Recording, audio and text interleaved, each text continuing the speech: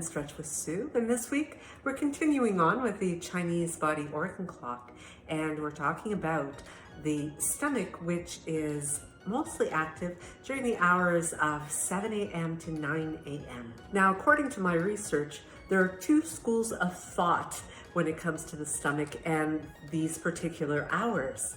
The first is that because the stomach is active during this time, it's the best time to take on a really large meal, making it a really nutritious meal. The second, which is the one that I resonate with best, is that this is a time when the stomach is repairing itself and it really doesn't require a lot of food, unlike the large intestine and the colon, where they require a lot of fluids during this time. Giving the stomach a break, staying hydrated, is really giving it the opportunity to repair itself. When this organ is out of balance, some of the symptoms that can occur would be stomach bloating, cramping, perhaps even stomach ulcers, or even bad breath can be a symptom. Now, as with the other organs, I've mentioned some of the emotions that relate to that particular organ. Some of the emotions that can be stored in the stomach can be hate, rage, anger, frustration, and these can lead to some of the disorders that I've just mentioned. When the organ is in balance, it is a really great time for concentration, which makes morning time a really good time for meditation. Great time to go out for a walk and take in some nature. Now, to balance the organ, it's important to stimulate the meridian lines as we do in a yin practice, and I'll demonstrate the pose associated with this particular energy line in the body shortly.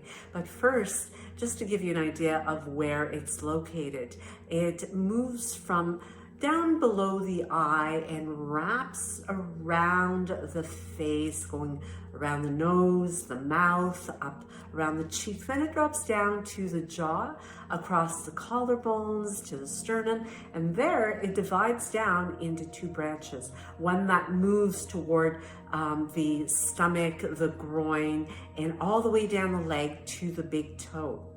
The second branch follows pretty much a similar path, and it connects with the spleen meridian, which we'll be talking about next week. So let me demonstrate the pose for you now that can help you stimulate this energy line. Now, the pose that I'm using to target the stomach meridian line is called saddle. There's a half version for those who prefer something that doesn't require quite so much flexibility, and then there's a full version. I'll show you both just to give you the option, and you may want to have either a cushion or maybe even a couple of yoga blocks handy in order to facilitate being in the pose. So the first version, the half version, would mean that the one leg is extended while the opposite leg is drawn in, bent, and the foot alongside of your hip. Now, if that's a little bit too challenging for your knees, or even if the hips, quads are quite tight, you could use your yoga block to elevate the hips in order to sit up taller, and that makes it much more gentle. Now, if you're not using the block, you may want to experiment a little bit with going deeper by bringing yourself into a full supine position by bringing shoulder blades down and extending the arms from there. And like all poses, you would hold it when it comes to yin practice anywhere from 2 to 5 or 6 minutes. Now, the full pose version means that you would have both knees bent and both feet alongside of the hips.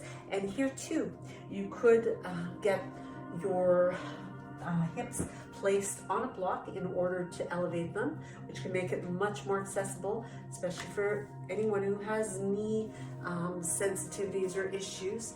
And if not, once again, you can explore bringing yourself down into a supine position, keeping those knees as best as you can lined up straight ahead, and extending to come into a beautiful long stretch here.